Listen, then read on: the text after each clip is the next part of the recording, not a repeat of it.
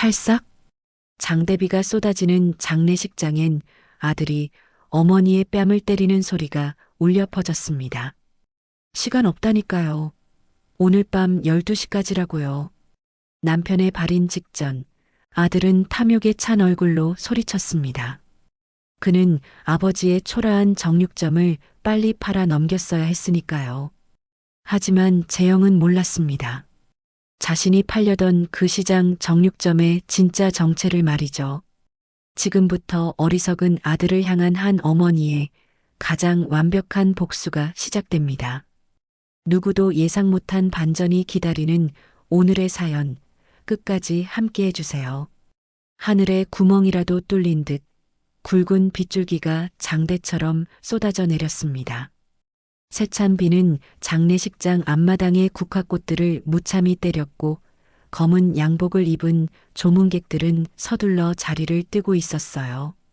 남편 박성철의 발인을 바로 앞둔 오미숙은 텅 빈 장례식장 안에서 남편의 영정사진에 마지막 인사를 올리고 있었습니다. 곱게 빗어 넘긴 머리가 다 흐트러지고 눈물로 퉁퉁 부은 얼굴은 말이 아니었죠. 어머니, 이제 그만하시고 빨리 가요. 시간 다 됐어요. 아들 재영이 초조한 얼굴로 손목시계를 힐끗 보며 재촉했습니다. 그의 바지 주머니 속 휴대폰이 쉴 새 없이 부르르 떨리고 있었습니다. 화면 위로는 사채업체 마지막 경고, 오늘까지 입금 안 하면. 같은 험악한 문자들이 붉은색 알림으로 가득했습니다. 재영이 떨리는 손가락으로 문자를 확인하는 바로 그 순간 화면에 낯선 번호가 떠올랐습니다. 21번 고른 재영이 조심스럽게 전화를 받았습니다.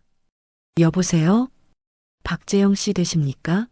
저는 진성식품 기획실장 김동수라고 합니다. 갑작스럽게 연락드려 죄송합니다. 수화기 너머로 들려오는 낮고 차분한 목소리에 재영의 눈이 동그래졌습니다. 진성식품이요? 우리나라에서 제일 큰 식품회사에서 저한테 무슨 일로? 다름이 아니라 아버님께서 운영하시던 정육점 말입니다. 저희 진성식품에서 그 가게를 매입하고 싶습니다. 시세의 3배, 정확히 10억에 사겠습니다. 네, 10억이요? 재영의 입이 떡 벌어졌습니다. 10억이라는 숫자가 믿기지 않는 듯 그는 귀를 후비며 되물었습니다. 김동수는 그런 재영의 마음을 읽기라도 한 듯 다시 한번 또렷하게 말했습니다. 네, 10억입니다. 계약만 하시면 현금으로 바로 지급해 드릴 수 있습니다. 아니, 아버지의 그 허름한 가게를 왜 그것도 그렇게 큰 돈을 주고. 재영의 머릿속이 복잡하게 얽혀 들어갔습니다. 10억이라는 돈은 그에게 마지막 동아줄과도 같았습니다. 단 조건이 하나 있습니다. 오늘 안에 결정을 내려주셔야 합니다. 오늘 안으로요? 아니, 왜 그렇게 서두르시는 겁니까? 재영이 의심스럽다는 듯 물었지만 김동수는 조금도 흔들리지 않고 단호하게 말했습니다. 저희 쪽에도 급한 사정이 있어서 그렇습니다. 어떻게 하시겠습니까? 재영은 잠시 말을 잃었습니다. 사채 빚독촉에 시달리던 지난 날들이 주마등처럼 스쳐 지나갔습니다. 생각할 시간을 조금만 주십시오. 다시 연락드리겠습니다. 좋습니다. 오늘 밤 12시까지만 연락을 기다리겠습니다. 전화가 툭 끊겼습니다. 재영의 심장이 미친 듯이 날뛰기 시작했습니다. 10억이면 이 지긋지긋한 빚을 다 갚고도 남는 돈이었죠. 그때 미숙이 남편의 관을 붙들고 마지막 오열을 터뜨리고 있었습니다. 여보, 당신 정말 이렇게 가는 거예요. 나 혼자 두고 가서 어떡해요. 미숙의 목소리가 처절하게 울려 퍼졌습니다. 그 모습을 본 재영이 다급하게 어머니에게 달려갔습니다. 어머니, 정육점 등기부등본 어디 있어요? 빨리요. 뭐? 재영아, 지금 내 아버지 가시는 길 앞에서 무슨 소리니? 미숙이 기가 막힌다는 표정으로 아들을 올려다봤습니다. 급한 일이에요. 아버지 가게를 팔 수 있는 기회가 왔단 말이에요. 재영이 핏발선 눈으로 목소리를 높였습니다. 가게를 팔다니? 그건 너의 아버지가 평생 피땀 흘려 일군 곳이야. 10억이에요, 어머니. 자그마치 10억이라고요. 재영이 버럭 소리를 지르며 어머니의 팔을 거칠게 붙잡았습니다. 세상에, 지금 아버지 발인도 못 치렀는데 돈 얘기가 나와? 네가 정말 내 아들이 맞니? 발인은 어머니가 하시고 제가 집에 가서 가지고 나올게요. 이런 기회가 다시 올 것 같아요? 재영의 얼굴이 탐욕으로 붉게 물들었습니다. 주머니 속 휴대폰이 또다시 울렸지만 그는 신경질적으로 전원을 꺼버렸습니다. 재영아, 정신 차려. 순서라는 게 있는 거야. 내 아버지 마지막 가시는 길은 편하게 보내드려야지. 미숙이 눈물로 아들에게 호소했습니다. 그때 재영이 어머니의 어깨를 꽉 잡은 채 흔들었습니다. 어차피 저한테 상속될 재산이니까 내 가게나 마찬가지잖아요. 재영아. 미숙이 아들의 손을 뿌리치려 발버둥 쳤지만 재영의 악력은 더욱 강해졌습니다. 시간 없다니까요. 오늘 밤 12시까지라고요. 이 손 안 놔. 미숙이 비명을 지르며 아들을 밀쳐내고는 발인을 위해 장례식 밖으로 나갔습니다. 바로 그 순간 재영의 눈빛이 싸늘하게 변했습니다. 남아있던 마지막 이성의 끈이 툭 하고 끊어져 버린 것이죠. 그는 망설임 없이 어머니를 따라 밖으로 나갔습니다. 아버지 발인이 먼저라고 했다. 더 이상 그 이야기는. 미숙의 마지막 말이 끝나기도 전에 찰싹 재영이 어머니의 뺨을 세차게 내리쳤습니다. 살점이 터지는 날카로운 소리는 빗소리에 묻혀 사라졌고 미숙은 얻어맞은 뺨을 감싸 쥔 채 옆으로 비틀거렸습니다. 아들에게 맞았다는 충격에 아무 말도 나오지 않았습니다. 이제 상황 파악이 좀 되세요? 재영이 손바닥을 툭툭 털며 얼음장처럼 차갑게 말했습니다. 미숙은 그저 멍하니 아들을 바라볼 뿐이었습니다. 불에 댄 듯 화끈거리는 뺨의 통증보다 아들의 눈빛이 가슴에 더 큰 상처를 남겼죠. 세찬 빗줄기가 우산도 없는 미숙의 어깨 위로 그대로 쏟아졌습니다. 남편의 관이 운구차에 실리는 모습을 그녀는 젖은 생쥐꼴로 하염없이 지켜보았습니다. 재영은 건물 구석으로 가서 꺼두었던 휴대폰을 다시 켜고 급하게 번호를 눌렀습니다. 여보세요? 진성식품 김 실장님이시죠? 접니다. 박재영. 네, 팔겠습니다. 그 가게 10억에 팔겠습니다. 발인과 화장까지 모두 끝낸 장례식장 주차장에는 하나둘씩 차들이 떠나고 재영의 차만이 덩그러니 남아 있었죠. 재영이 서둘러 운전석에 올라타 시동을 걸었습니다. 곧이어 아내 서연이 피곤한 기색이 역력한 얼굴로 조수석 문을 열고 차에 몸을 실었습니다. 후, 드디어 끝났네. 서연이 긴 한숨을 내쉬며 안전벨트를 매자 재영이 힐끗 백미러로 뒤를 확인했습니다. 아직 어머니 미숙의 모습은 보이지 않았죠. 아, 진짜 빨리 좀 오지. 재영이 들릴 듯 말 듯 한 목소리로 짜증스럽게 중얼거렸습니다.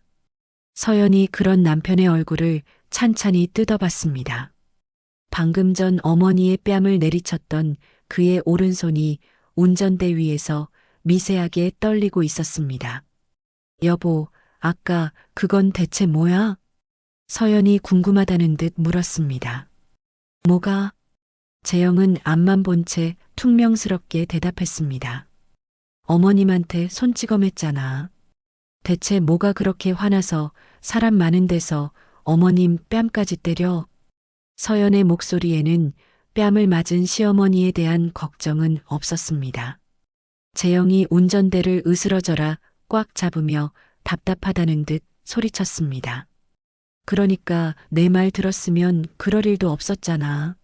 진성식품에서 오늘까지 결정하라고 했단 말이야. 진성식품? 대기업? 서연의 눈이 휘둥그레졌습니다. 그래, 10억이야, 10억?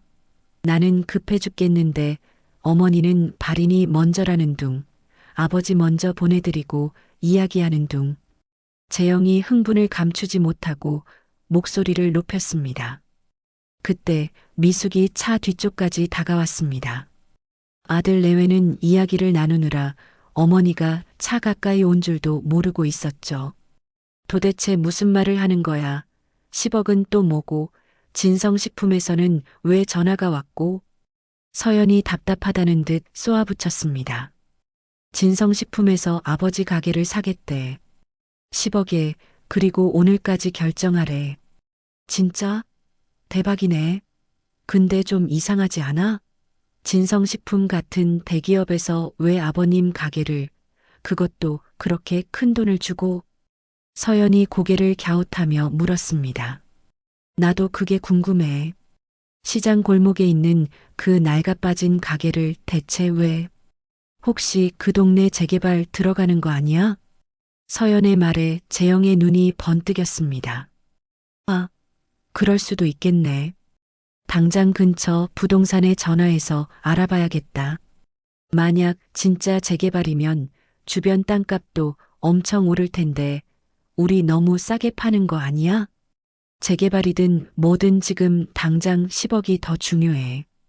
두 사람은 이미 10억을 손에 쥔 것처럼 들떠 돈 계산을 하느라 정신이 없었습니다. 그때 미숙은 재영의 차 뒷좌석 옆까지 다가와 살짝 열린 창문 틈으로 아들과 며느리의 대화를 모두 듣고 있었죠. 근데 10억이 정말 확실한 거야? 서연이 재차 확인하듯 물었습니다. 그럼 진성식품 기획실장이라는 사람이 직접 전화했다니까. 현금으로 바로 준대. 재영이 의기양양하게 대답했습니다. 와, 대박. 진성식품이라니. 서연이 감탄사를 터뜨렸습니다. 그 순간 미숙의 온몸이 그 자리에 얼어붙고 말았습니다. 진성식품. 그 이름이 마치 망치처럼 그녀의 귓가를 세게 내리쳤습니다. 문손잡이를 향하던 손이 허공에서 힘없이 툭 떨어졌고 남편의 영정사진을 안고 있던 팔의 힘마저 사르르 풀리는 것 같았습니다. 남편 성철이 평생을 증오하고 저주했던 바로 그 이름이었습니다. 성철은 그 이름만 들어도 자다가도 벌떡 일어나 이를 갈며 분노를 터뜨리곤 했습니다. 근데 왜 하필 오늘까지야? 너무 급한 거 아니야? 며느리의 목소리가 다시 들려왔습니다. 글쎄, 큰 회사들은 원래 일 처리가 빠른가 보지. 재영이 대수롭지 않게 넘겼습니다.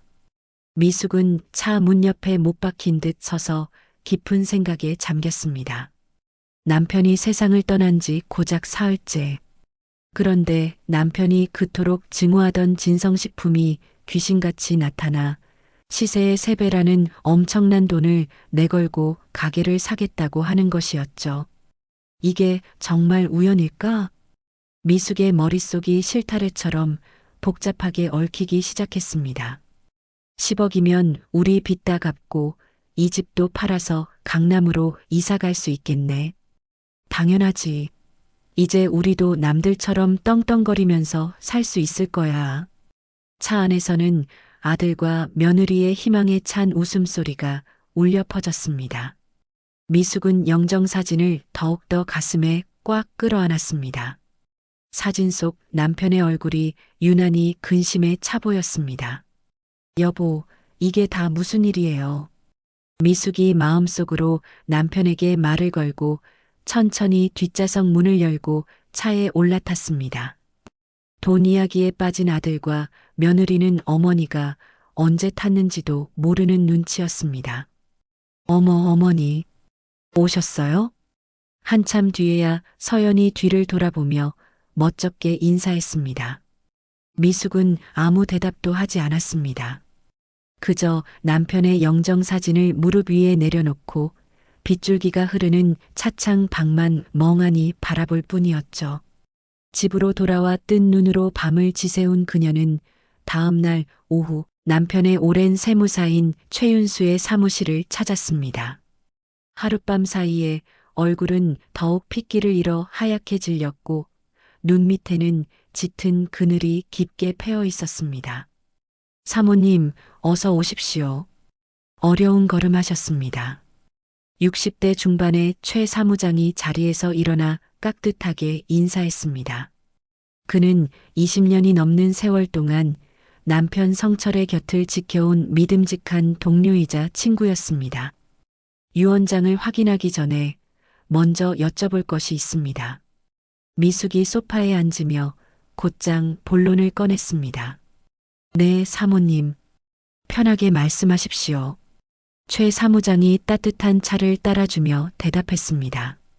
제 아들 재영이가 진성식품이라는 회사와 연락을 하고 있더군요. 미숙의 목소리가 가늘게 떨렸습니다.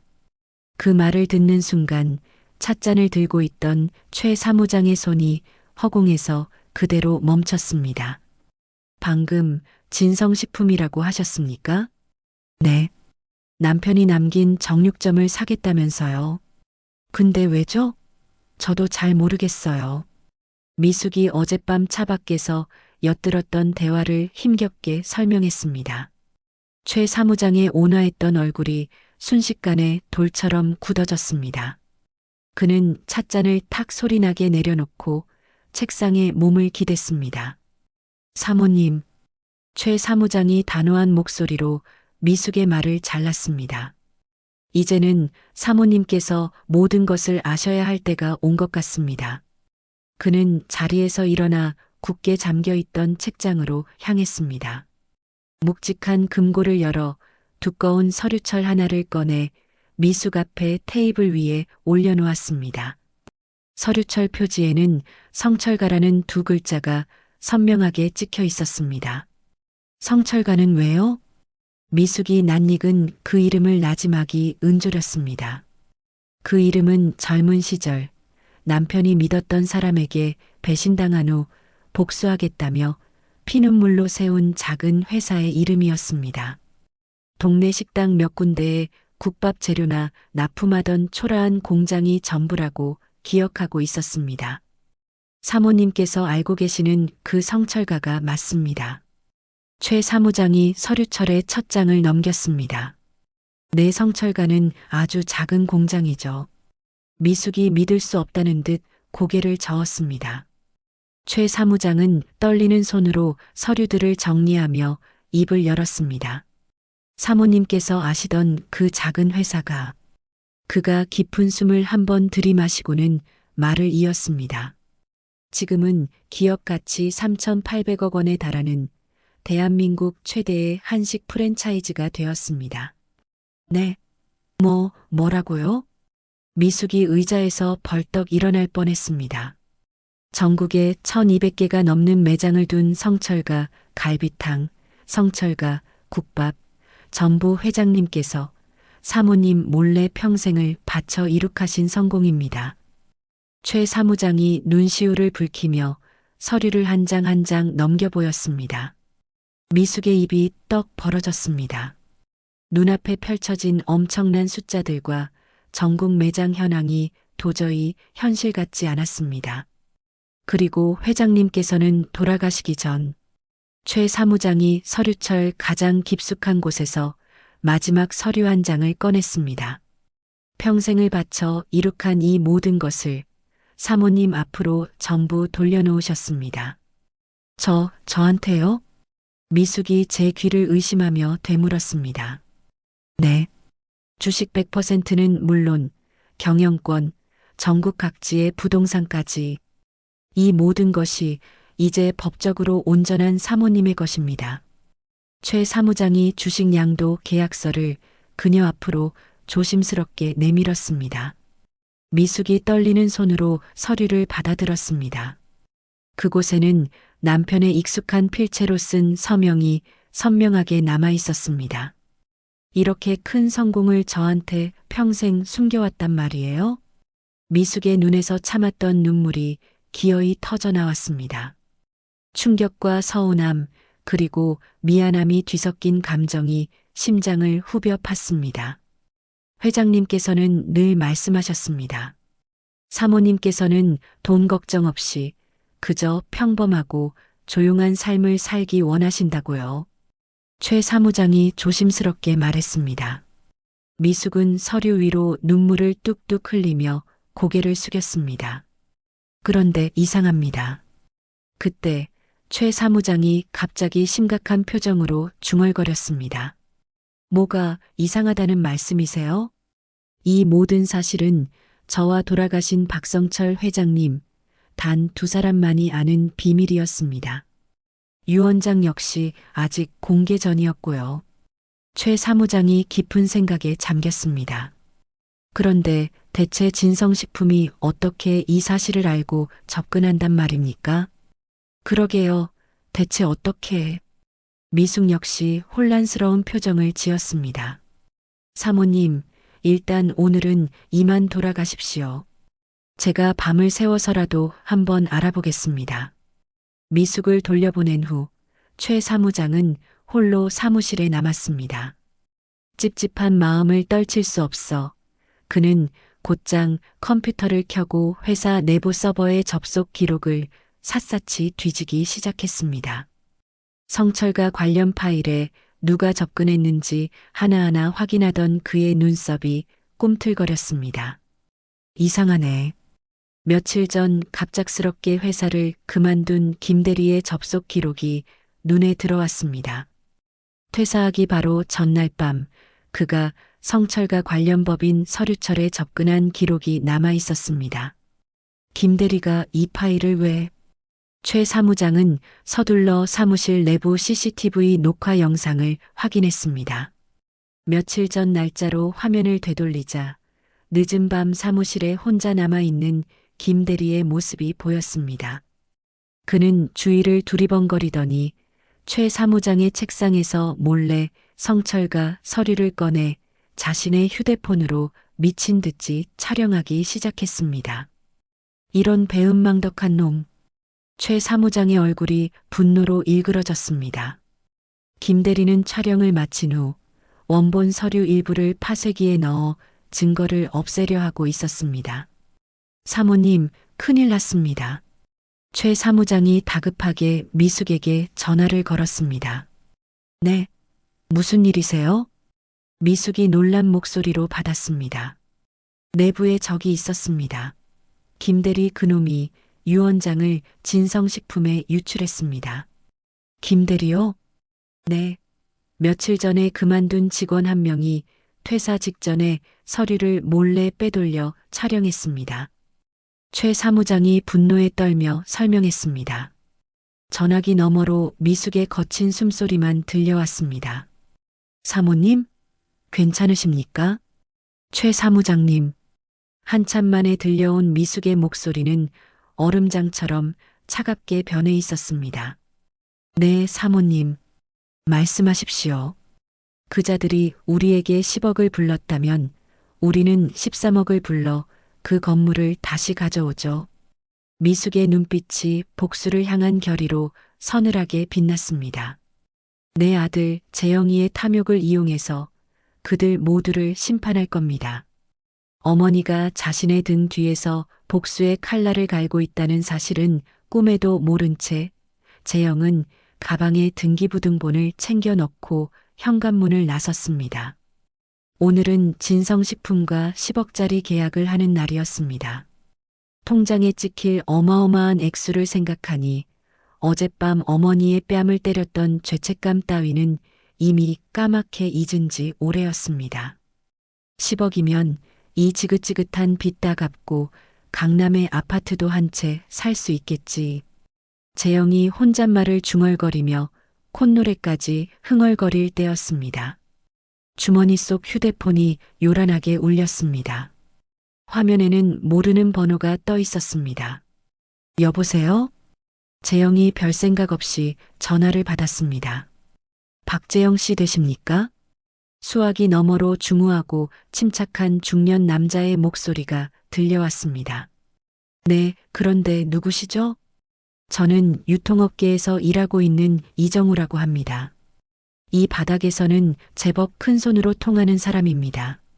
남자가 대단한 자신감으로 자신을 소개했습니다. 유통업계요? 그런데 저한테는 무슨 일로? 박재영 씨께서 부친의 정육점을 매각하신다는 소식을 들었습니다. 이정우가 거두절미하고 본론으로 들어갔습니다. 순간 재영의 발걸음이 그 자리에 우뚝 멈췄습니다. 아니, 그걸 어떻게 아셨습니까? 허허, 이 바닥이 생각보다 좁습니다. 좋은 물건이 나왔다는 소문은 금방 퍼지기 마련이죠. 이정우가 여유롭게 웃으며 대답했습니다. 그래서 말입니다. 저희도 그 가게에 관심이 아주 많습니다. 아, 죄송하지만 이미 다른 곳과 이야기가 다 끝난 상태라서요. 재영이 진성식품과의 약속을 핑계로 정중히 거절하려 했습니다. 진성식품 말입니까? 10억을 제시했다고 들었습니다만 이정우가 정확한 액수까지 꿰고 있었습니다. 재영의 눈이 토끼처럼 동그래졌습니다. 아니, 어떻게 그것까지? 저희는 13억을 드리겠습니다. 이정우가 그야말로 폭탄 선언을 했습니다. 네, 13억이요? 재영의 목소리가 염소처럼 떨려 나왔습니다. 네, 그렇습니다. 계약 즉시 현금으로 지급해 드릴 수 있습니다. 3억이나 더 준다고요? 재영의 머릿속 계산기가 미친 듯이 돌아가기 시작했습니다. 조건은 간단합니다. 지금 바로 만나서 계약하는 겁니다. 이정우가 재촉하듯 말했습니다. 재영의 머릿속이 하얗게 비어버렸습니다. 진성식품과의 약속 시간은 이제 고작 1시간밖에 남지 않았습니다. 어디서 뵈면 되겠습니까? 결국 재영의 입에서 탐욕 섞인 대답이 튀어나왔습니다. 강남역 3번 출구 앞 커피숍에서 30분 뒤에 뵙지요. 30분 뒤요? 그럼 다른 약속은? 박재영 씨 3억입니다. 3억이 길 가다 주울 수 있는 돈은 아니지 않습니까? 이정우의 마지막 한마디가 재영의 남은 이성을 완전히 마비시켰습니다. 재영은 떨리는 손으로 진성식품 김동수 실장에게 전화를 걸었습니다. 여보세요? 김 실장님, 저 박재영입니다. 아, 네, 박재영 씨. 곧 뵙겠군요. 정말 죄송하게 됐습니다만 집에 급한 일이 생겨서 오늘 약속을 조금 미뤄야 할 것 같습니다. 재영이 능숙하게 거짓말을 둘러댔습니다. 미루다니요? 이미 결정하신 거 아니었습니까? 딱 하루만 더 시간을 주십시오. 내일 오전에 바로 연락드리겠습니다. 재영은 김 실장의 대답도 듣지 않은 채 서둘러 전화를 끊어버렸습니다. 강남역으로 향하는 지하철 안 재영은 이미 13억으로 무엇을 할지 행복한 상상에 빠져 있었습니다. 30분 후 약속 장소인 커피숍에서 재영은 말쑥한 정장 차림의 이정우를 만났습니다. 박재영 씨 되시죠? 이정우입니다. 이정우가 자리에서 일어나 악수를 청했습니다. 네, 맞습니다. 만나서 반갑습니다. 일단 앉으시죠. 긴장 푸시고 커피나 한잔 하시지요. 이정우가 노련하게 대화를 이끌었습니다. 그런데 정말 13억이 가능한 겁니까? 재영이 조바심을 감추지 못하고 물었습니다. 물론입니다. 이렇게 계약서까지 다 준비해 왔습니다. 이정우가 가방에서 법전만큼이나 두꺼운 서류 뭉치를 꺼내 테이블 위에 올려놓았습니다. 여기 첫 장을 보시지요. 매매대금 1금 13억 원정. 정확하게 명시되어 있습니다. 이정우가 손가락으로 가리키는 부분을 확인한 재영이 만족스러운 듯 고개를 끄덕였습니다. 그런데 계약서가 뭐 이리 두껍습니까? 허허, 요즘 부동산 계약이 다 이렇습니다. 서로의 권리를 확실하게 보호해야 하니까요. 재영이 수많은 페이지를 보며 미심쩍어하자 이정우가 사람 좋은 웃음을 지으며 설명했습니다. 꼼꼼하게 다 읽어보시겠습니까? 아닙니다.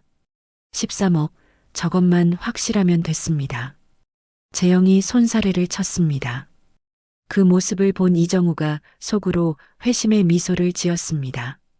그럼 이쪽에 서명하시면 됩니다.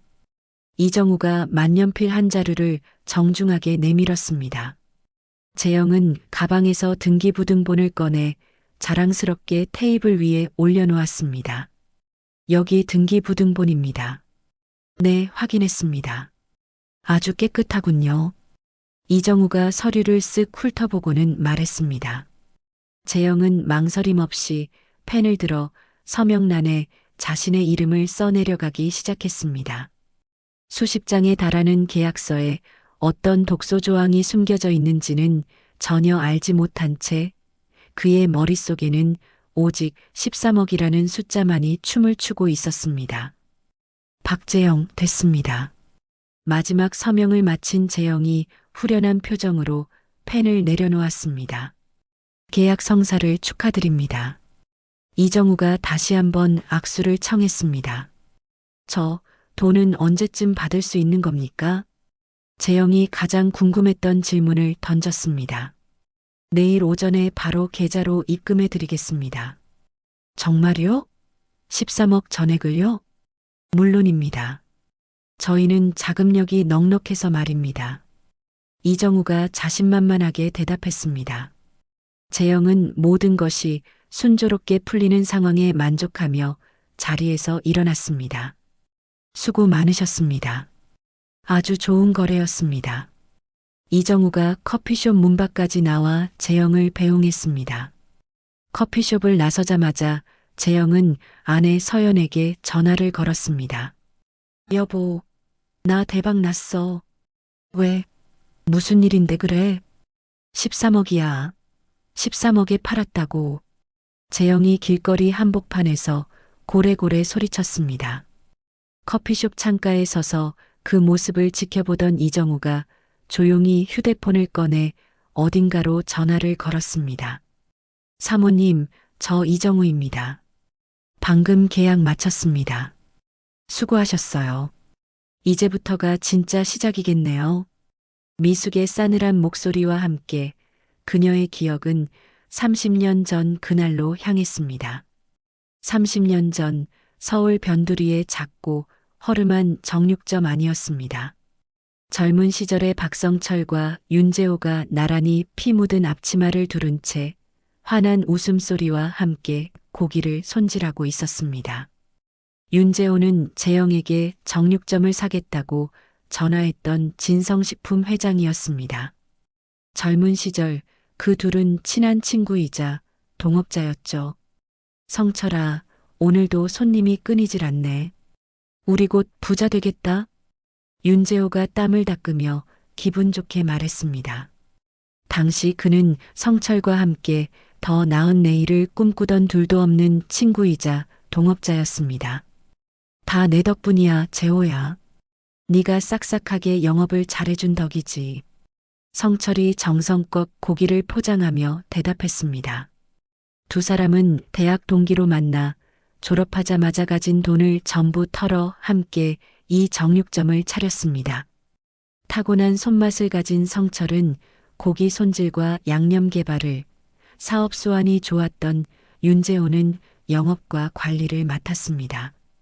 근데 성철아, 네가 만든 이 양념 갈비는 정말 대박이야. 어떻게 이런 맛을 내냐? 윤재호가 양념에 버무려진 갈비를 보며 진심으로 감탄했습니다. 비법 좀 알려줘 봐라. 손님들이 다른 건 안 사가고 이 갈비만 찾잖아. 에이, 무슨 비법은. 그냥 어릴 때 할머니 어깨 너머로 배운 거지. 성철이 쑥스러운 듯 웃었습니다. 하지만 사실 그의 양념 레시피는 20가지가 넘는 재료를 황금 비율로 섞어 만든 세상에 단 하나뿐인 것이었습니다. 딸랑. 그때 가게 문이 열리며 단골 손님이 들어왔습니다.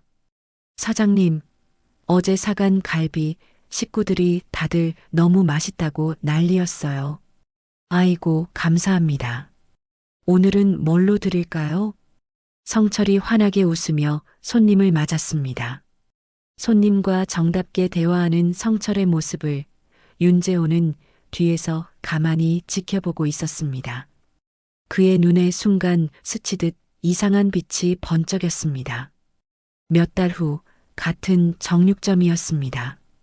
성철이 늦은 밤까지 홀로 남아 가게를 정리하고 있었습니다. 재호 이 녀석, 요즘 통 얼굴 보기가 힘드네. 성철이 혼잣말을 중얼거렸습니다. 윤재호는 최근 들어 부쩍 다른 일이 바쁘다는 핑계를 대며 가게에 나오는 날이 줄었습니다. 문득 성철이 양념을 보관해두는 커다란 통을 확인했습니다. 이상하게도 평소보다 양이 훨씬 많이 줄어 있었습니다. 이상하다. 오늘 손님이 그렇게 많았나? 성철이 고개를 갸웃거렸습니다. 다음 날 아침 성철이 가게 문을 열었을 때 윤재호가 먼저 와서 가게를 정리하고 있었습니다.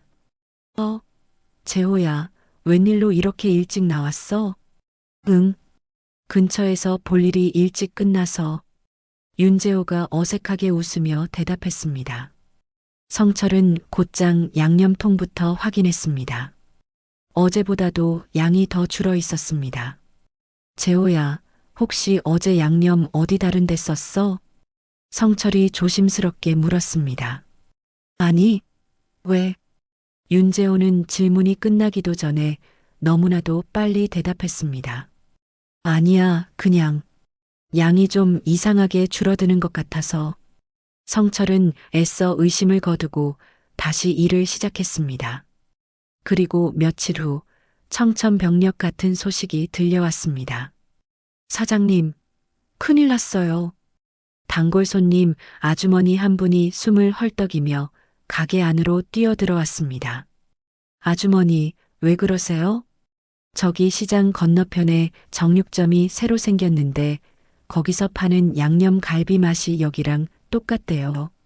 그 말에 성철의 얼굴이 하얗게 굳었습니다. 네, 맛이 똑같다고요? 응, 먹어본 사람들이 다들 그러더라고. 근데 값은 거기가 훨씬 더 싸다고. 성철은 들고 있던 칼을 내려놓고 급하게 앞치마를 벗어 던졌습니다. 잠깐만 가게 좀 봐주실래요? 금방 다녀오겠습니다. 성철이 시장 건너편을 향해 미친 듯이 달려갔습니다. 새로 생긴 정육점 앞에는 거짓말처럼 손님들이 길게 줄을 서 있었습니다. 가게 간판에는 진성 정육점이라는 이름이 버젓이 걸려 있었죠. 성철이 가게 안을 들여다보는 순간 온몸의 피가 차갑게 식었습니다. 윤재호가 환하게 웃으며 손님들에게 양념 갈비를 팔고 있었습니다. 윤재호. 성철이 가게 안으로 뛰어들어가며 소리쳤습니다. 성철아. 윤재호의 얼굴이 당황함으로 굳어졌습니다. 이게 다 뭐야? 설명해봐. 왜 너 혼자 여기에 가게를 차린 거냐고. 성철아, 미안하다. 나도 먹고 살아야 할 거 아니냐. 윤재호가 뻔뻔하게 시선을 피했습니다. 그럼 이 양념은 뭔데? 이건 명백히 내가 만든 거잖아. 성철의 목소리가 분노로 떨렸습니다. 양념? 이건 내가 밤새워서 새로 개발한 거야. 새로 개발해? 이 맛이 내가 만든 거랑 토씨 하나 안 틀리고 똑같은데. 야, 맛만 비슷하면 다 내 거냐? 세상에 양념 레시피가 너 혼자만 갖고 있어? 윤재호가 오히려 큰 소리를 쳤습니다. 윤재호, 너 정말. 박성철 씨, 이제 우리 친구 사이 아니야. 우린 이제 경쟁자라고. 이제 그만 가줘라. 손님들 장사 방해된다. 윤재호가 성철의 어깨를 거칠게 밀어냈습니다. 성철은 비틀거리며 가게 밖으로 쫓겨났습니다. 하늘이 노랗게 보이고 세상이 빙글빙글 돌았어요. 자신의 텅 빈 가게로 돌아온 성철은 그 자리에 주저앉아 오열했습니다. 어떻게 나한테 이럴 수가 있어. 그때 아내 미숙이 가게 안으로 들어왔습니다. 여보, 이게 무슨 일이에요? 미숙아. 성철은 아내의 얼굴을 보자 참았던 눈물을 폭포수처럼 쏟아냈습니다. 재호가 나를 배신했어. 모든 이야기를 들은 미숙은 말없이 남편의 등을 토닥여 주었습니다. 여보, 울지 말아요. 괜찮아요. 우리가 다시 시작하면 되죠. 다시 시작이라니, 이제 뭘 어떻게 하라고. 당신 요리 실력이 얼마나 좋은데요. 훨씬 더 맛있는 양념, 우리가 다시 만들면 되잖아요. 미숙이 남편을 단단히 붙잡아 일으켜 세웠습니다. 그날 밤부터 두 사람은 새로운 양념 개발에 모든 것을 걸었습니다. 밤을 새워가며 수십 번의 실패를 반복했죠. 마침내 어느 새벽 미숙이 새로운 양념을 맛보고는 눈을 동그랗게 떴습니다. 여보, 이거예요. 이번엔 정말 맛있어요. 성철이 허겁지겁 양념을 맛봤습니다. 이거다. 이건 완전히 새로운 맛이야. 그럼 우리 새 가게 이름은 뭐라고 지을까요? 미숙의 물음에 성철이 잠시 고민하더니 대답했습니다. 성철가. 내 이름을 걸고 다시 시작하는 거야. 며칠 후 두 사람은 작은 공장을 빌려 식당에 국밥 재료를 납품하는 일을 시작했습니다. 그것이 바로 성철가의 보잘것없는 첫 출발이었습니다. 그로부터 15년 후 성철가는 전국에 50개가 넘는 매장을 열며 승승장구하고 있었습니다. 회장실에 앉은 성철은 산더미처럼 쌓인 매출 보고서를 보며 흐뭇한 미소를 감추지 못했습니다. 회장님, 이번 분기 매출이 또다시 신기록을 경신했습니다. 최 사무장이 상기된 얼굴로 보고했습니다. 다들 고생 많았어요. 이번 달엔 전 직원에게 보너스 넉넉하게 챙겨주세요. 성철이 서류에서 눈을 떼지 않은 채 따뜻하게 말했습니다. 바로 그때 성철의 책상 위 휴대폰이 요란하게 울렸습니다. 아들 재영의 학교 담임 선생님이었습니다. 네, 박성철입니다. 아, 재영이 아버님이시죠? 저 재영이 담임입니다. 네, 선생님. 안녕하세요. 혹시 저희 아이가 무슨 일이라도 있습니까? 성철의 목소리에 걱정이 가득 찼습니다. 아닙니다, 아버님. 재영이는 공부도 잘하고 아주 착한 학생이에요. 다름이 아니라 오늘 오후에 학부모 상담 주간인데 혹시 시간 괜찮으실까요? 물론입니다. 바로 가겠습니다. 몇 시까지 가면 되겠습니까? 성철은 중요한 회의도 뒤로 미룬 채 스케줄을 조정했습니다. 1시간 후 성철은 아들의 학교에 도착했습니다. 늘 입던 작업복 대신 값비싼 맞춤 정장을 깔끔하게 차려입은 모습이었습니다. 재영이 아버님이시군요.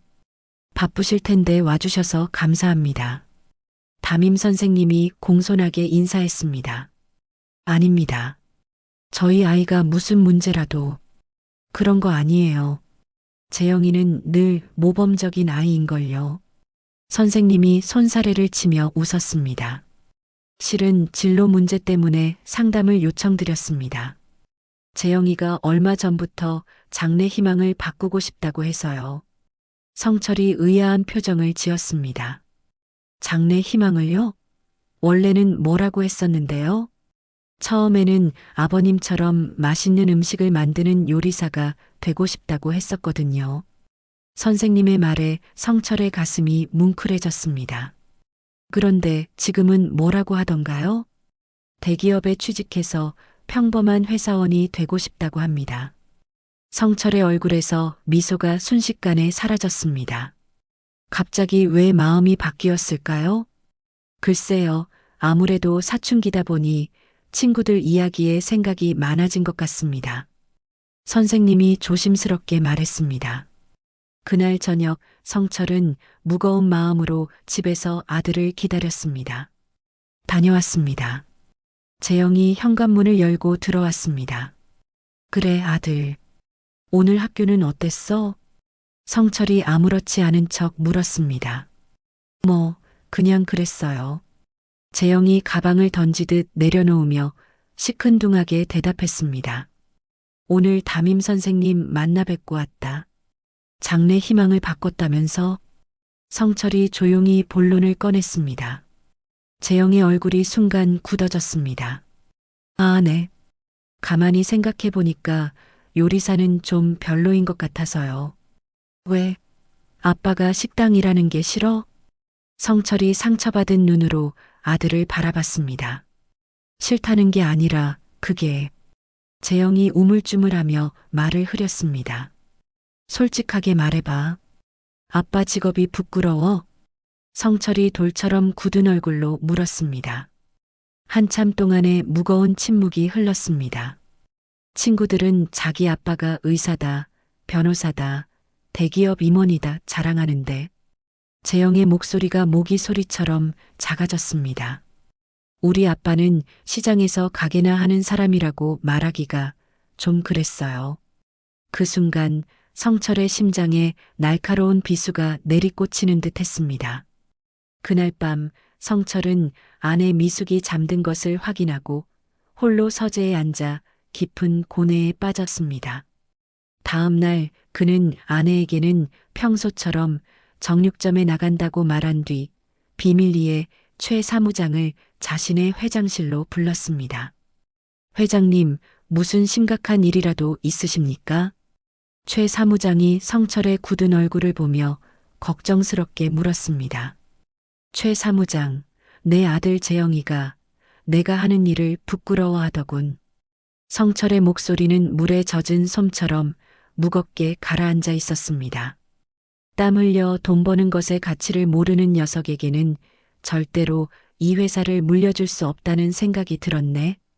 그리고 몇 달 후 성철가는 전국 백호점을 돌파하며 언론의 주목을 받기 시작했습니다. 바로 그때 올 것이 오고야 말았습니다. 회장님, 진성식품에서 연락이 왔습니다. 최 사무장이 잔뜩 긴장한 목소리로 보고했습니다. 진성식품? 성철의 얼굴이 뱀이라도 본 듯 험악하게 일그러졌습니다. 그 배신자 윤재호가 뭐라고 하더냐? 저희 회사를 인수하고 싶다는 제안을 해왔습니다. 업계 최고액을 제시했습니다. 당장 거절해. 내 눈에 흙이 들어가기 전까지는 단 한 주도 팔 생각 없다고 전해. 성철이 책상을 내리치며 단호하게 말했습니다. 그런데 회장님, 만약 진성식품 쪽에서 재영군을 회유하려 든다면 어떻게 하시겠습니까? 최 사무장의 우려 섞인 말에 성철의 얼굴이 하얗게 질렸습니다. 철없는 아들이 윤재호의 달콤한 꼬임에 넘어가 회사를 통째로 팔아넘길지도 모를 일이었습니다. 그래서 결심했다. 성철이 비장한 눈빛으로 최 사무장을 바라봤습니다. 내가 가진 모든 것을 내 아내 오미숙 앞으로 넘겨주게.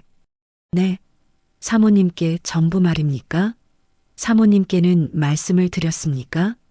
최 사무장이 경악하며 물었습니다. 아니, 내 아내는 아무것도 몰라야 하네. 성철이 단호하게 고개를 저었습니다. 내 아내는 평생 돈 걱정 없이 그저 평범한 정육점 사장 아내로 살게 해주고 싶어. 이 무거운 짐까지 지게 할 수는 없네. 자네와 나 우리 둘만의 비밀로 하는 거야. 회장님, 하지만 이렇게 중요한 일을 자네만이 내 아내와 이 회사를 지켜줄 유일한 사람이야. 부탁하네. 며칠 후 성철은 아내 미숙 몰래 법무법인을 찾아 자신이 가진 성철가의 지분 100%를 아내에게 양도하는 모든 서류에 조용히 서명했습니다. 그날부터 성철은 스스로 그림자 회장이 되었습니다. 서류상 모든 것을 아내에게 넘기고 자신은 허름한 정육점 사장으로 살아가지만 뒤에서는 수천억 원의 기업을 움직이는 고독한 주인이었습니다. 아내 미숙은 자신의 이름으로 대한민국 최대의 한식 프랜차이즈가 이전되었다는 사실은 꿈에도 모른 채 그저 남편이 벌어다주는 생활비로 소박하게 살아갈 뿐이었습니다. 그렇게 미숙의 세상은 다시 현재로 돌아왔습니다. 계약서에 도장을 찍은 다음 날 오전, 재영과 서연은 초조하게 휴대폰만 쳐다보며 거실을 서성거렸습니다. 어젯밤 13억이라는 거액에 계약했다는 소식을 들은 이후로 두 사람은 한숨도 제대로 자지 못했죠. 여보, 진짜로 돈이 들어오긴 하는 걸까? 혹시 사기당한 거 아니야? 서연이 불안한 목소리로 손톱을 물어뜯었습니다. 무슨 소리야? 어제 그 사람 인상 못 봤어? 딱 봐도 보통 부자가 아니던데. 걱정 말고 기다려봐. 재영이 큰 소리를 치면서도 그의 눈동자는 미세하게 흔들리고 있었습니다. 바로 그때였습니다. 재영의 휴대폰에서 띠링하는 경쾌한 알림음이 울렸습니다. 그 짧은 소리가 마치 전기 충격처럼 두 사람의 온몸을 꿰뚫었습니다. 재영이 떨리는 손으로 휴대폰 화면을 확인했습니다. 은행 앱에서 보낸 입금 알림 메시지였습니다. 그리고 그 아래 찍힌 숫자를 본 순간 재영의 눈이 그대로 멎어버렸습니다. 입금 13억 원. 들어왔어. 뭐라고? 서연이 재영의 팔을 붙잡고 흔들었습니다. 들어왔다고. 진짜로 13억이 들어왔어. 재영이 휴대폰을 하늘 위로 번쩍 치켜들며 미친 사람처럼 포효했습니다. 야, 여보, 진짜야? 진짜 13억이야? 서연 역시 비명을 지르며 제자리에서 방방 뛰기 시작했습니다. 두 사람은 서로를 부둥켜 안고 짐승처럼 울부짖으며 거실을 뒹굴었습니다. 지긋지긋한 가난과 빚 독촉에 시달리던 지난 세월의 서름이 한꺼번에 폭발하는 순간이었습니다. 이제 우리도 부자야. 강남 아파트, 외제차, 다 우리 거라고. 그래, 당장 나가자. 나가서 우리도 남들처럼 돈 좀 써보자고. 1시간 후 두 사람은 강남의 한 고급 외제차 전시장에 나타났습니다. 재영은 일부러 가장 비싸 보이는 검은색 세단 앞으로 다가가 거만한 표정으로 차체를 손가락으로 툭툭 쳤습니다. 이봐요, 직원 양반. 이 차 얼마요? 직원이 두 사람의 허름한 행색을 위아래로 훑어보더니 마지못해 대답했습니다. 네, 고객님. 그 차량은 풀옵션으로 현재 3억 2천만 원입니다. 겨우 3억 2천? 재영이 코웃음을 치며 지갑에서 카드를 꺼내 던지듯 말했습니다. 그럼 이걸로 줘. 일시불이요. 직원의 눈이 휘둥그레졌습니다. 재영과 서연은 주변 사람들의 놀란 시선을 만끽하며 마치 왕이라도 된 듯 어깨를 으쓱거렸습니다. 같은 시각 진성식품의 회장실은 얼음장처럼 차가웠습니다. 30년 전 성철의 양념 비법을 훔쳐 진성정육점을 차렸던 윤재호는 이제 대한민국 식품업계를 주무르는 거대 기업의 회장이 되어 있었습니다. 그래서 그 박성철 아들놈이 우리와의 약속을 깨고 다른 놈한테 가게를 팔아넘겼다. 이 말인가? 윤재호가 창밖을 보며 나지막이 물었습니다. 그의 목소리에는 감정이 전혀 실려 있지 않았지만 그 서늘함에 김동수 실장은 저절로 허리가 굽혀졌습니다. 죄송합니다, 회장님. 어제까지만 해도 저희에게 팔겠다고 했는데 갑자기 연락을 피하고 있습니다. 값을 얼마를 불렀기에 우리를 배신한 거지? 그것이 저희보다 3억을 더 부른 13억에 계약했다고 합니다. 13억이라. 윤재호가 천천히 몸을 돌렸습니다. 세월의 흔적이 깊게 팬 그의 얼굴에 뱀처럼 교활한 미소가 번졌습니다. 누가 그 시장에 그지 같은 가게를 13억에 산 거지. 아무래도 제3자가 끼어든 모양이군. 그는 무언가 잘못 돌아가고 있음을 직감했습니다. 김 실장, 당장 그 박재영이라는 놈 뒤를 샅샅이 캐봐. 누구를 만났고 누구와 계약했는지 뭔지 하나까지 다 털어와. 한편 성철가의 비밀 사무실에서는 최 사무장이 미숙에게 현재 상황을 보고하고 있었습니다. 사모님 계획대로 이정우 변호사가 재영 군과 계약을 마쳤고 방금 전 13억 원 전액을 재영 군의 계좌로 입금 완료했습니다. 최 사무장의 보고를 듣는 미숙의 얼굴은 아무런 표정 변화가 없었습니다. 벌써 돈을 쓰기 시작했다는 보고도 들어왔습니다.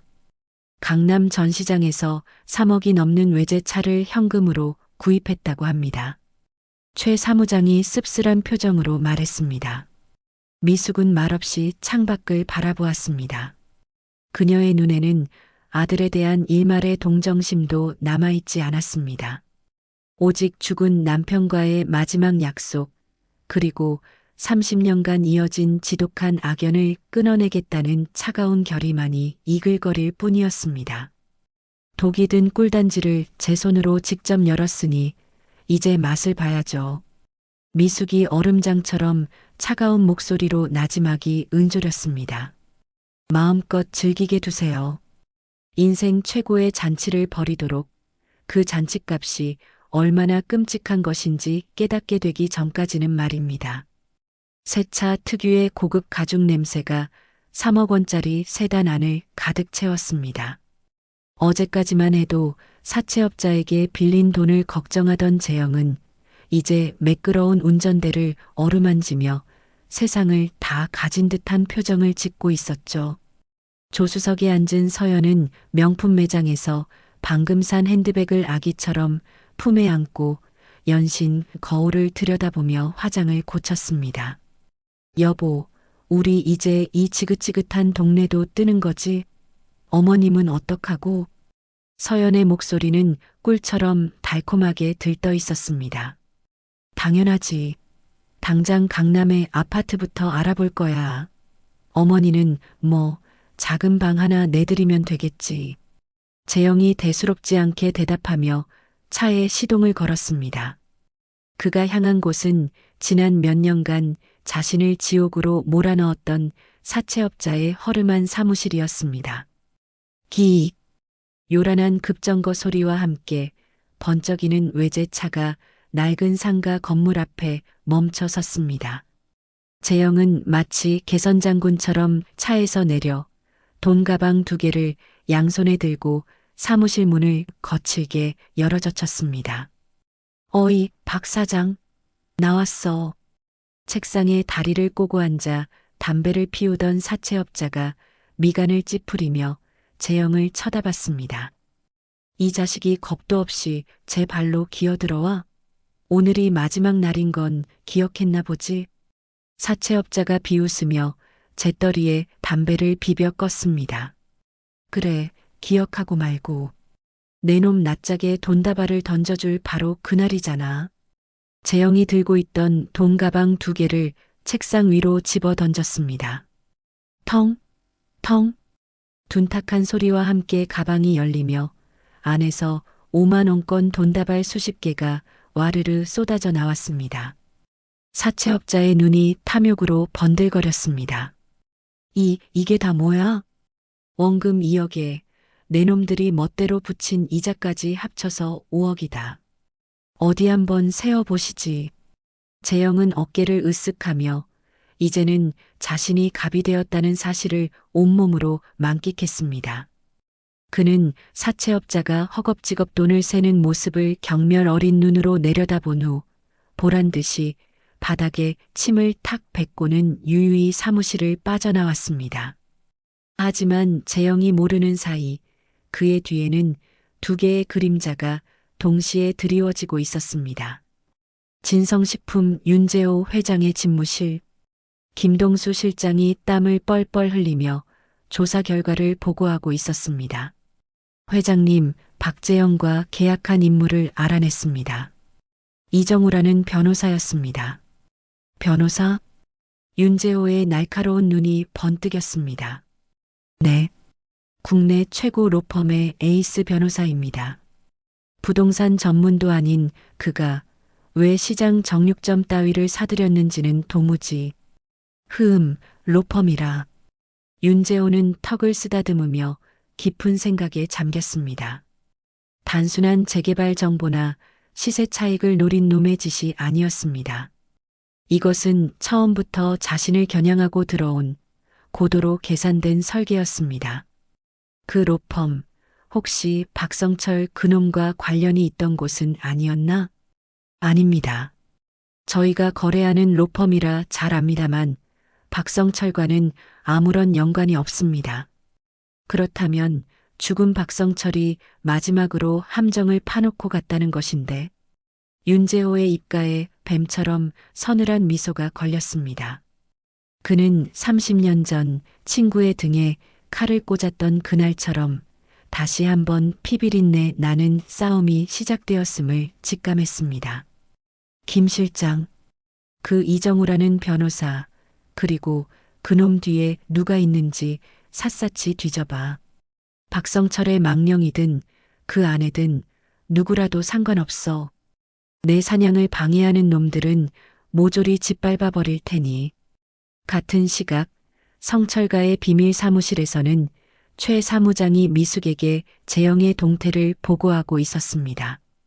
사모님, 방금 전 재영 군이 사채 5억 원을 모두 현금으로 상환했다고 합니다. 지금은 아내와 함께 백화점 명품관을 돌며 돈을 쓰고 있습니다. 보고를 듣는 미숙의 얼굴은 얼음처럼 차가웠습니다. 그녀는 책상 위에 놓인 한 장의 서류를 말없이 내려다보고 있었습니다. 그것은 내용 증명 우편이었습니다. 수신인은 박재영, 발신인은 법무법인 대표 이정우로 되어 있었죠. 그 안에는 재영이 자기 소유가 아닌 건물을 매매 계약하여 13억 원의 부당이득을 취했으니 7일 이내에 원금 13억 원과 계약 파기에 따른 위약금 10억 원, 총 23억 원을 배상하지 않을 시 즉시 사기죄로 형사 고소하겠다는 내용이 담겨 있었습니다. 사모님, 정말 보내시겠습니까? 최 사무장이 차마 아들을 나락으로 밀어넣으려는 어머니의 모습을 보기 힘든 듯 고개를 숙이며 물었습니다. 미숙은 대답 대신 굳은 표정으로 서류를 봉투 안에 집어넣었습니다. 아들의 달콤했던 잔치는 이제 끝났습니다. 보내세요. 미숙이 창밖을 바라보며 나지막이 명령했습니다. 그녀의 시선은 이제 막 새로 산 명품들로 치장하고 환하게 웃고 있을 아들이 아니라 그 너머에 있는 숙적 윤재호를 향하고 있었습니다. 파멸의 전주곡이 그렇게 조용히 울려 퍼지기 시작했습니다. 다음 날 사채업자에게 돈을 갚고 돌아온 재영의 발걸음은 구름 위를 걷는 듯 가벼웠습니다. 그는 그 기세를 몰아 자신들을 무시했던 옛 친구들과 지인들을 모두 불러 모아 호화로운 파티를 열었죠. 강남의 가장 높은 곳에 위치한 스카이라운지가 통째로 그들만의 것이 된 듯 했습니다.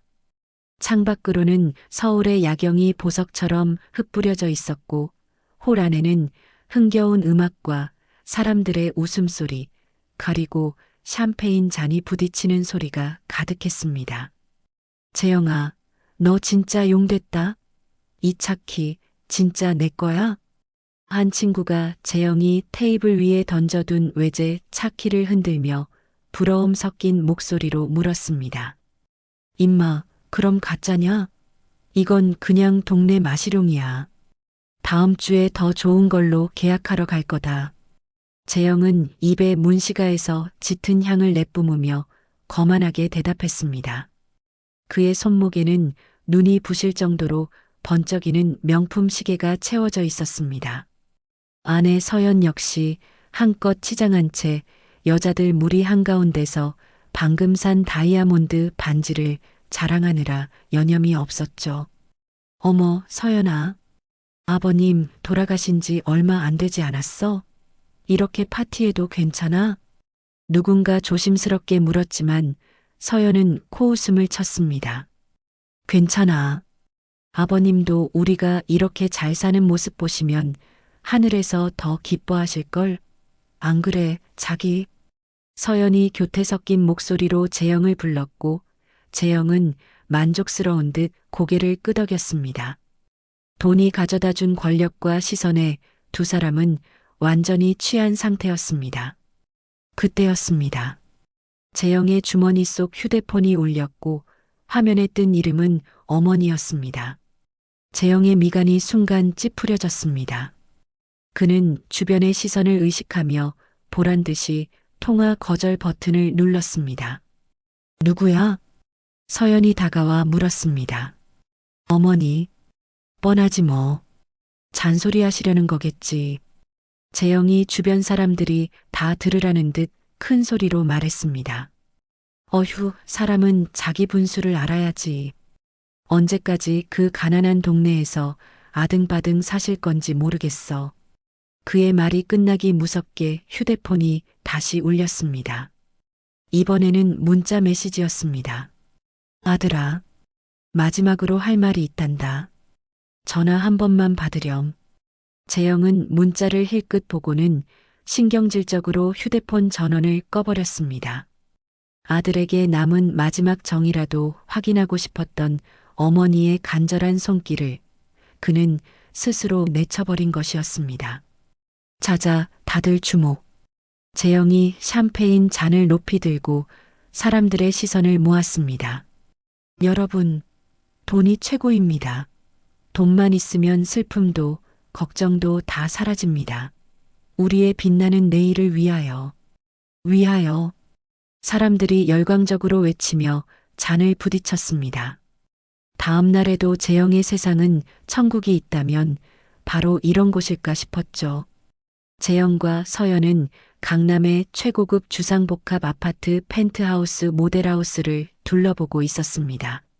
눈부신 대리석 바닥과 통유리창 너머로 펼쳐진 서울의 전경은 불과 이틀 전까지만 해도 반지하 월세방에 살던 두 사람에게는 비현실적인 풍경이었죠. 여보, 나 여기서 살래. 당장 계약하자. 보증금 8억에 월세가 800만 원이라는데? 서연이 샹들리에 아래에서 빙글빙글 돌며 아이처럼 소리쳤습니다. 그래, 까짓거. 오늘 바로 계약하지 뭐. 재영은 최고급 소파에 거만하게 몸을 파묻고 다리를 꼬며 마치 이 세상의 왕이라도 된 듯 웃었습니다. 인생이 송두리째 뒤바뀐 기분, 돈이 주는 짜릿한 권력에 두 사람은 완전히 취해 있었습니다. 꿈 같은 시간을 보내고 집으로 돌아온 바로 그 순간이었습니다. 딩동, 현관 초인종 소리에 재영이 귀찮다는 듯 문을 열었습니다. 집배원 한 명이 등기 우편물을 들고 서 있었습니다. 박재영 씨 되시죠? 여기 본인 수령하셔야 하는 우편물입니다.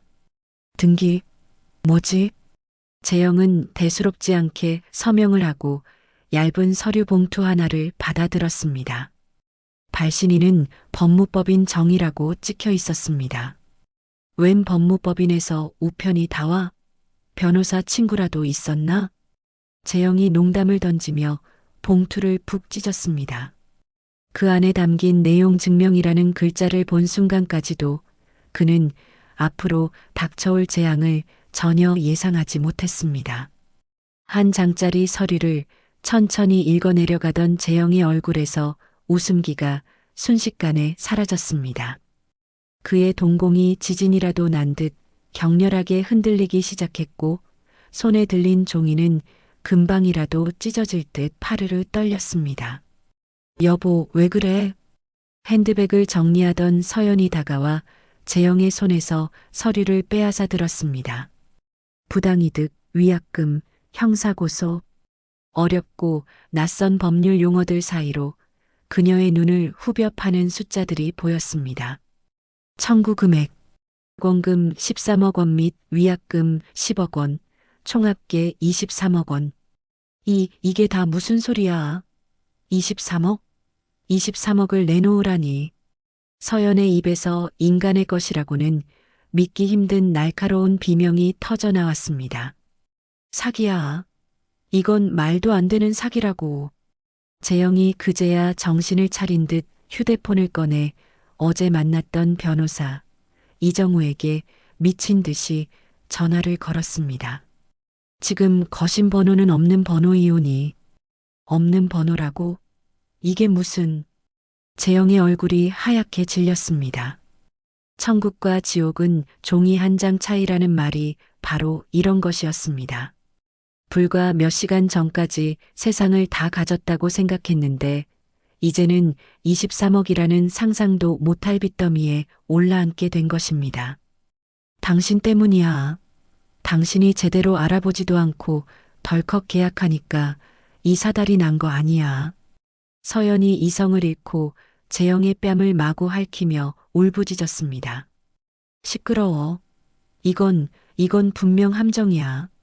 그래, 어머니. 어머니 짓이 틀림없어. 재영의 머릿속에 한 사람이 스쳐 지나갔습니다. 처음부터 가게를 파는 것을 반대했던 어머니. 그 모든 원망과 분노가 단 한 사람을 향해 폭발하기 시작했습니다. 당장 가서 이 모든 게 어떻게 된 건지 내 눈으로 똑똑히 봐야겠다고. 재영이 붉게 충혈된 눈으로 아내를 뿌리치고 집을 뛰쳐나갔습니다. 기익. 어제 산 3억 원짜리 외제차가 비명을 지르며 낡은 단독주택 앞에 멈춰 섰습니다. 재영은 문을 부술 듯 두드리며 소리쳤습니다. 어머니, 문 열어보세요. 당장 나오시라고요. 잠시 후 삐걱거리는 소리와 함께 문이 열렸습니다. 하지만 문을 열고 나온 미숙의 모습은 재영이 알던 초라한 어머니가 아니었습니다. 단정하게 빗어 올린 머리, 값비싸 보이는 검은색 원피스, 그리고 그 어떤 감정도 읽을 수 없는 차가운 눈빛. 마치 다른 사람처럼 변해버린 어머니의 모습에 재영은 순간 할 말을 잃었습니다. 무슨 일이기에 이리 소란이냐? 미숙의 목소리는 얼음장처럼 차가웠습니다. 이게 다 뭐냐고요? 어머니가 꾸민 짓이죠? 그렇죠? 재영이 내용 증명 서류를 어머니의 얼굴 앞에 집어 던졌습니다. 미숙은 바닥에 떨어진 서류를 천천히 주워들었습니다. 마치 처음 보는 서류인 양 꼼꼼히 읽어내리는 그 모습에 재영은 더욱 속이 터졌습니다. 아, 이거 말이구나. 미숙이 서류를 접으며 나지막이 말했습니다. 이건 내가 꾸민 일이 아니야. 네가 자초한 일이지. 무슨 말도 안 되는 소리예요. 어머니가 처음부터 반대했잖아요. 그래서 이런 수작을 부린 거 아니냐고요. 수작? 미숙의 입가에 희미한 냉소가 어렸습니다. 그녀는 한 걸음 재영에게 다가섰습니다. 그리고 아들의 눈을 똑바로 쳐다보며 한 글자 한 글자 명확하게 말했습니다. 네가 판 그 가게 애초부터 내 것이 아니었으니까. 재영의 머릿속이 하얗게 비어버렸습니다. 어머니의 입에서 나온 내 것이 아니었으니까라는 말은 세상의 모든 소리를 지워버리는 거대한 진공 청소기 같았습니다. 그는 몇 초간 아무 말도 하지 못하고 그저 낯선 사람을 보듯 어머니를 멍하니 쳐다볼 뿐이었습니다. 무슨 말도 안 되는 소리를 하는 거예요. 아버지가 돌아가셨는데 그럼 그 가게가 내 거지 누구 거예요? 재영이 겨우 정신을 차리고 버럭 소리쳤습니다. 그의 목소리는 분노라기보다는 무너져 내리는 현실을 필사적으로 부정하려는 발악에 가까웠습니다. 유 원장에 따르면 그렇더구나. 미숙은 아들의 발악에도 눈 하나 깜짝하지 않았습니다. 장례식장에서 눈물을 쏟아내던 연약한 어머니의 모습은 온데간데 없었습니다. 지금 재영의 눈앞에 서 있는 것은 모든 것을 꿰뚫어 보는 듯한 서늘한 눈빛을 가진 완전히 다른 사람이었습니다. 유 원장이요? 거짓말. 어머니가 다 조작한 거죠? 그렇죠? 아버지가 아들인 저를 두고 어머니한테 모든 걸 줬을 리가 없잖아요. 재영이 어머니의 팔을 거칠게 붙잡으려 손을 뻗는 바로 그 순간이었습니다. 그 손 놓으시지요. 집안에서 들려온 낮고 엄중한 목소리에 재영의 손이 허공에서 멈칫했습니다. 현관문 뒤에서 나타난 사람은 바로 최 사무장이었습니다. 그는 재영을 차갑게 노려보며 미숙의 앞을 막아서듯 섰습니다. 최 사무장님이 왜 여기서 나와요? 두 사람이 짜고 지금 나를 속이려는 거죠. 속이다니요. 저는 그저 고인이 되신 박성철 회장님의 마지막 유지를 받들고 있을 뿐입니다. 최 사무장이 품 안에서 서류 한 장을 꺼내 들었습니다. 박성철의 서명과 법무법인의 직인이 선명하게 찍힌 유언장 사본이었습니다. 보시는 바와 같이 박성철 회장님께서는 본인이 소유한 성철가의 모든 지분과 부동산을 포함한 전 재산을 배우자인 오미숙님께 상속한다는 유언을 남기셨습니다.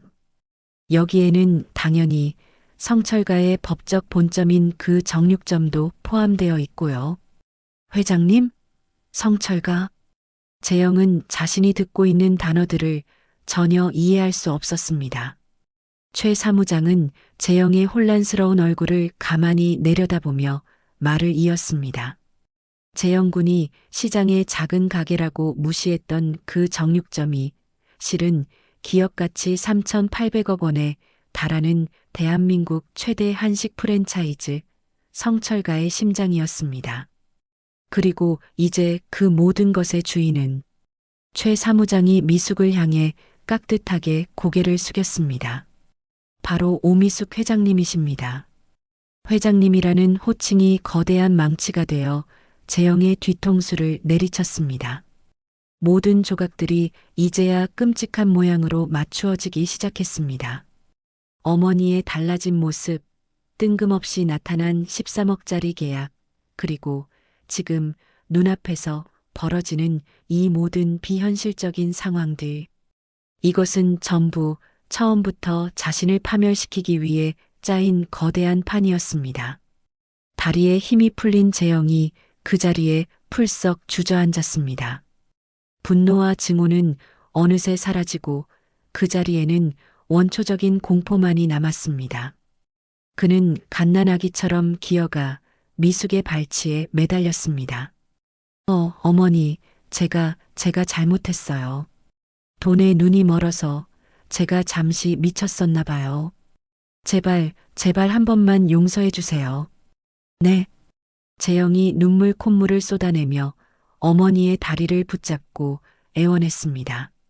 하지만 미숙은 싸늘한 눈으로 자신의 발치에 엎드린 아들을 내려다볼 뿐이었습니다. 용서라, 네가 훔친 돈으로 산 그 번쩍이는 차와 명품 옷들이 내 아버지의 피와 땀이라는 생각은 단 한 번이라도 해보았느냐?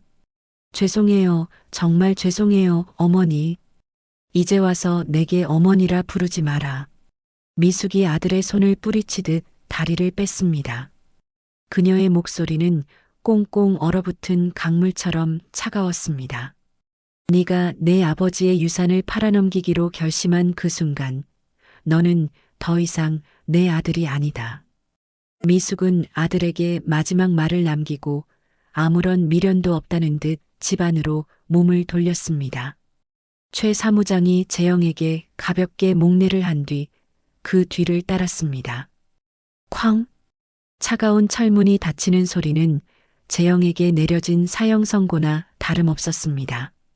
재영은 텅 빈 길바닥에 홀로 버려졌습니다. 저 멀리 보이는 자신의 3억 원짜리 외제차는 이제 세상에서 가장 멍청하고 값비싼 쇳덩어리로 보였습니다. 23억 원. 이제 그는 자신의 어리석음으로 만들어진 평생을 일해도 갚을 수 없는 지옥의 빚더미 아래에 깔리고 말았습니다. 차가운 아스팔트 바닥의 냉기가 재영의 온몸으로 스며들었습니다.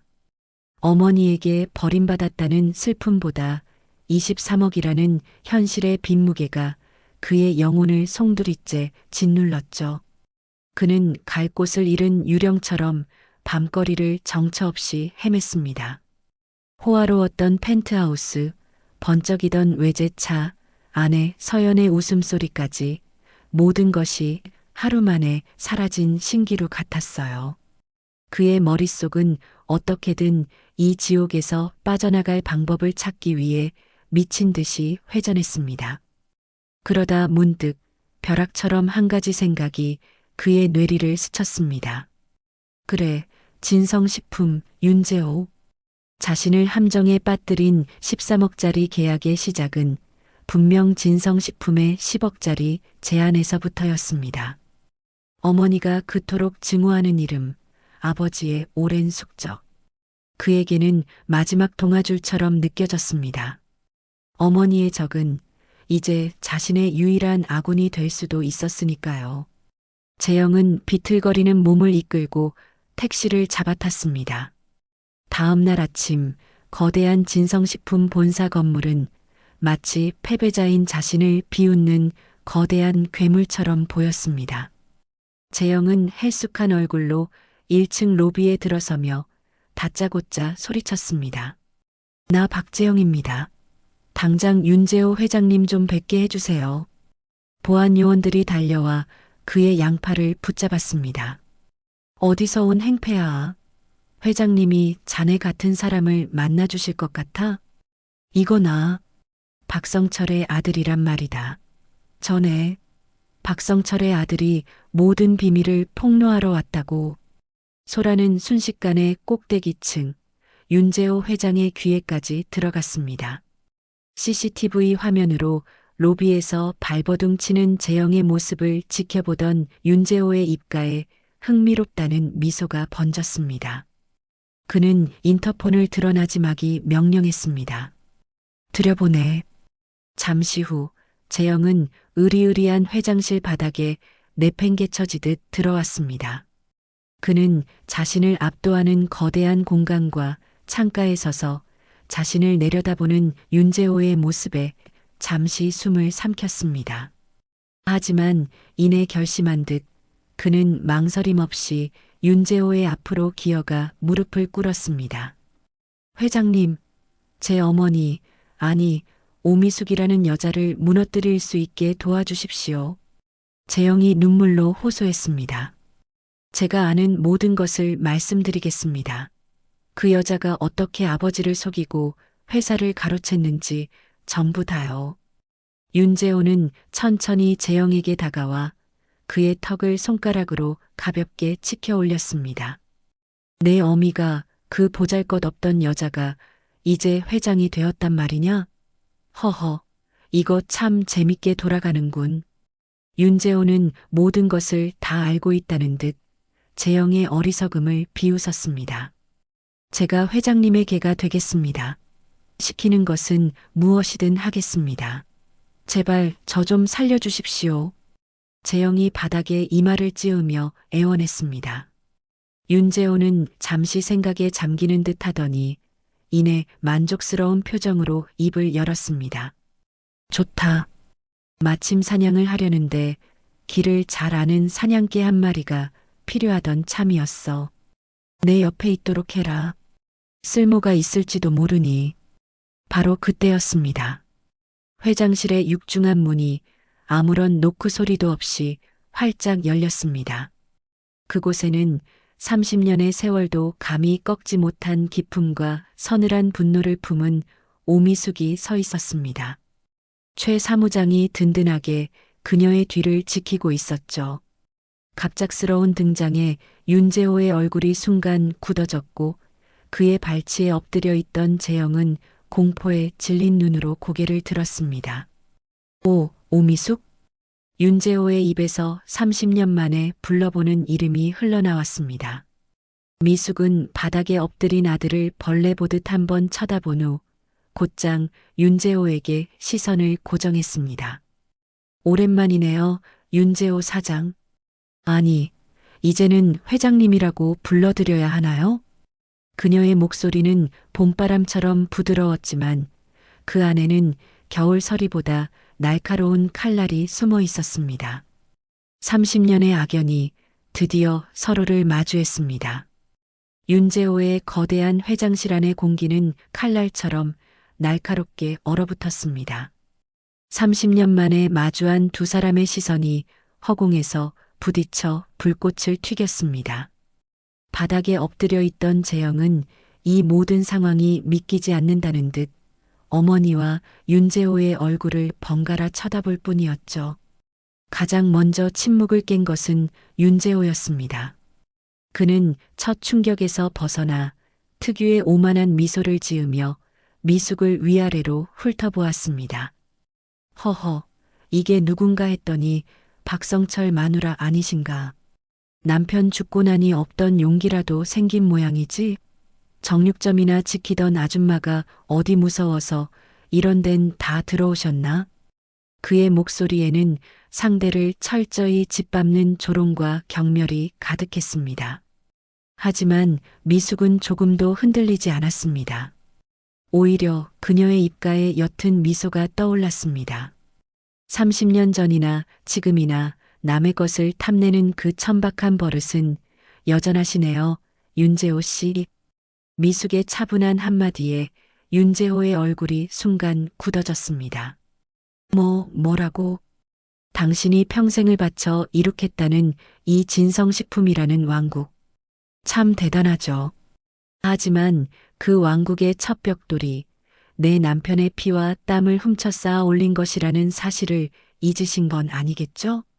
미숙이 품 안에서 낡고 빛바랜 공책 한 권을 꺼내 들었습니다. 세월의 흔적이 고스란히 묻어나는 손때 묻은 작은 수첩이었습니다. 그것을 본 윤재호의 동공이 격렬하게 흔들리기 시작했습니다. 그것은 30년 전 자신이 훔쳐보았던 박성철의 양념 비법이 빼곡하게 적혀있던 바로 그 비법 노트였습니다. 내 남편 평생을 당신을 증오하면서도 이 손때 묻은 노트를 버리지 못했어요. 이게 자신의 삶 그 자체였으니까. 당신이 훔쳐간 것은 단순한 양념 레시피가 아니야. 한 사람의 꿈과 인생이었지. 미숙은 노트를 윤재호의 거대한 원목 책상 위로 미끄러뜨리듯 던졌습니다. 탁! 작은 노트가 책상 위에 놓이는 소리가 회장실 전체를 울리는 거대한 망치 소리처럼 들렸습니다. 윤재호는 마치 유령이라도 본 사람처럼 그 노트를 향해 떨리는 손을 뻗으려다 멈칫했습니다.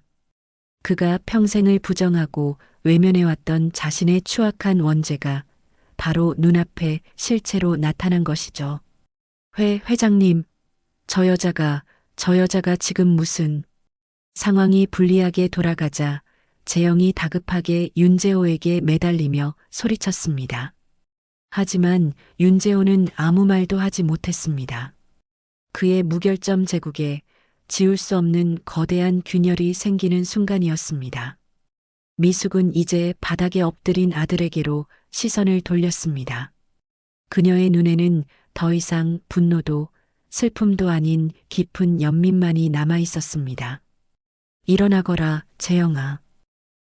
어머니, 제가 정말 잘못했어요. 너는 나에게 잘못한 것이 아니다. 너는 내 아버지의 이름을 그리고 내 자신의 인생을 배신한 게야. 미숙의 목소리는 단호했습니다. 그녀는 최 사무장을 향해 고갯짓했습니다. 최 사무장이 다가와 재영의 손에 자동차 키와 신용카드 몇 장을 쥐어주었습니다. 그 차와 네가 쓴 돈은 내 아버지께서 남기신 유산의 아주 작은 일부다. 내가 너에게 주는 마지막 선물이라고 생각하거라. 어머니, 그럼 23억은 그 돈은 내가 갚을 것이다. 대신 너는 오늘부로 내 아들이 아니다. 미숙의 마지막 말은 비수처럼 재영의 심장에 박혔습니다. 이제 이 집에서 나가 내 힘으로 단돈 10,000원이라도 벌어보거라. 너의 아버지가 그랬던 것처럼 아무것도 없는 맨바닥에서 땀 한 방울의 가치가 무엇인지 스스로 깨닫기 전까지는 다시는 내 눈앞에 나타나지 마라. 그것은 아들을 향한 가장 잔인한 형벌이자 가장 깊은 사랑이 담긴 마지막 기회였습니다. 미숙은 할 말을 마쳤다는 듯 아무런 미련 없이 몸을 돌렸습니다. 그녀가 육중한 회장실 문을 열고 나서는 순간 한 줄기 빛이 그녀의 등 뒤로 쏟아졌습니다. 마치 고독한 싸움을 끝내고 새로운 왕자에 오르는 여왕의 대관식처럼 보였습니다. 회장실 안에는 모든 것을 잃고 무너져 내린 두 남자만이 덩그러니 남았습니다. 한 사람은 평생을 바쳐 쌓아 올린 거짓의 성이 무너지는 것을 망연자실하게 바라보고 있었고, 또 다른 한 사람은 자신의 어리석음이 불러온 끔찍한 대가를 온몸으로 받아내며 오열하고 있었습니다. 성철가의 진짜 주인으로 돌아온 미숙은 이제 남편이 남긴 거대한 유산을 지키기 위한 새로운 싸움을 시작할 것입니다. 이것은 끝이 아닌 또 다른 시작이었습니다. 오늘 이야기 어떠셨나요? 혹시 끝까지 함께 해주신 분이 계시다면 잘 들었다고 댓글 하나만 남겨주세요.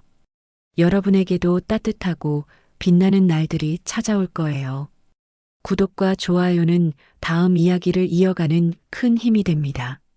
지금까지 오늘도 사연이었습니다. 더 깊고 따뜻한 이야기로 다시 찾아뵐게요. 편안한 하루 보내세요. 감사합니다.